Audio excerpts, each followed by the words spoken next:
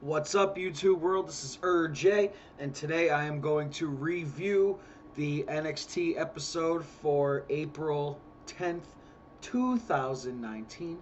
Today, it just got over not too long ago. I watched it a little late. No problem. It's on the WWE Network. We're all good. Um, it's the NXT after WrestleMania and after their NXT TakeOver event before WrestleMania. And I didn't review that just because I told myself I was going to start with WrestleMania, and that's what I did. So I didn't review that show, although it was an outstanding show. Um, so this is the NXT review. And a lot of it was just recapping that show. So there's only a few matches. But first thing I noticed was NXT had a new theme song, and I didn't really like it.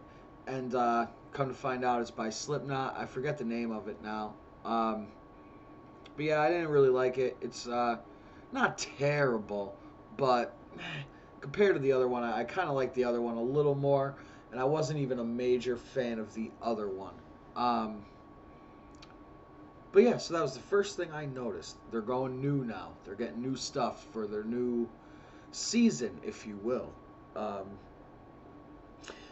first match was Candice LaRae versus Aaliyah, and Candy wrestling. I like her, and Aaliyah, she's not too bad either. She's had some trouble connecting with the fans in one way or another, either as a good guy, good girl, or a bad girl. But she's pretty good. She's Canadian, so wrestling's in her blood, I'm sure. Uh, and it was a good match. And Candice LeRae hits a springboard moonsault for the win. It wasn't too long. Nothing too crazy happened. But an overall good performance by both ladies. Next up on the card was Danny Birch versus Jackson Riker of the Forgotten Sons. The previous week or 2 weeks ago, Lorcan faced Jackson Riker and he lost. Lorcan is Danny Birch's tag team partner, so Danny Birch was going to try to get some revenge for his buddy. It was a good start. The match started quick. Danny Birch just hit a drop kick real quick, bounced Jackson Riker off the turnbuckle, came back with a headbutt. Match was off to a furious start. And then Lorcan, one of Jackson Riker's tag team partners, one of the Forgotten Sons, was trying to interfere. Lorcan runs into the ring, runs across the ring, does a cross-body dive over the top rope, hits the guy on the apron, and they both fall to the floor. That was pretty cool. That was probably like the best spot of the match. And then Riker wins with the Widowmaker right after that, and then they give Lorcan and Danny Birch a beat down after the match for good measure, cause they're dicks. So yeah, playing up their bad guy persona, and that was a really good match. It was hard hitting. Danny Birch is pretty stiff in the ring.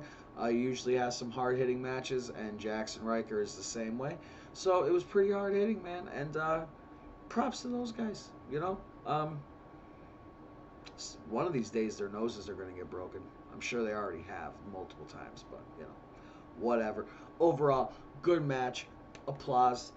And then there was a little promo with Velveteen Dream from backstage at WrestleMania, and Buddy Murphy was walking through the hallway after he lost his match, and Velveteen Dream said, "See, guys, that's the guy that couldn't take the pressure of WrestleMania." And Buddy Murphy came back and said some stuff, so now they have a match for the North American Championship next week, and that should be a pretty good match, so I'm looking forward to that. And Velveteen Dream is the North American champion. I think he'll retain, but you never know anymore. Things have been getting crazy lately all around WWE and NXT. Now it's time for the main event, and it's Fabian Eichner and Marcel Bartel versus the Street Profits. Fabian Eichner and Marcel Bartel are like German and Italian, I think. One of them is Italian, the other one's German, so they represent like Europe.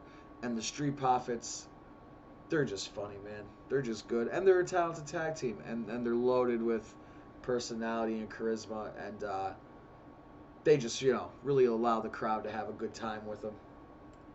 So I really enjoy them. And Fabian and Marcel Bartel controlled like damn near the whole match. Like they were beating the hell out of the Street Profits for the majority of the match.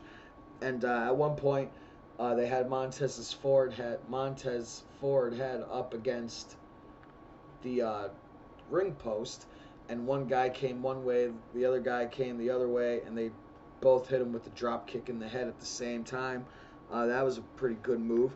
And then like 2 seconds after that, Fabian Eichner does a springboard dive off the top rope, but he jumps from the outside of the ring onto the rope, jumps, turns to the turnbuckle, and then does a springboard dive.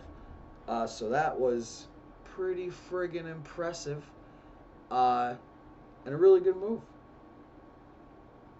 Showed off his athleticism. And but at the end, the Street Profits hit who was it?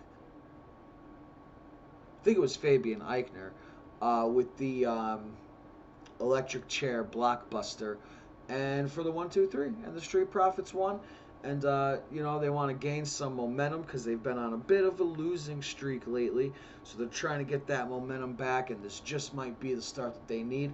But we'll see what happens. And that was NXT, folks. Like I said, half the episode was pretty much just a recap, which is expected after one of their major pay-per-views. So, you know, there was only those 3 matches. And, yeah, but still overall a pretty decent show. And I'll be watching it again next week. So, yeah, with that being said, folks, if you watched it, let me know what you thought if you see this video. And click like, give it a subscribe, give a comment, let me know how I'm doing, let me know what I'm doing wrong, let me know what you'd like to see, whatever. And yeah, until next time, peace.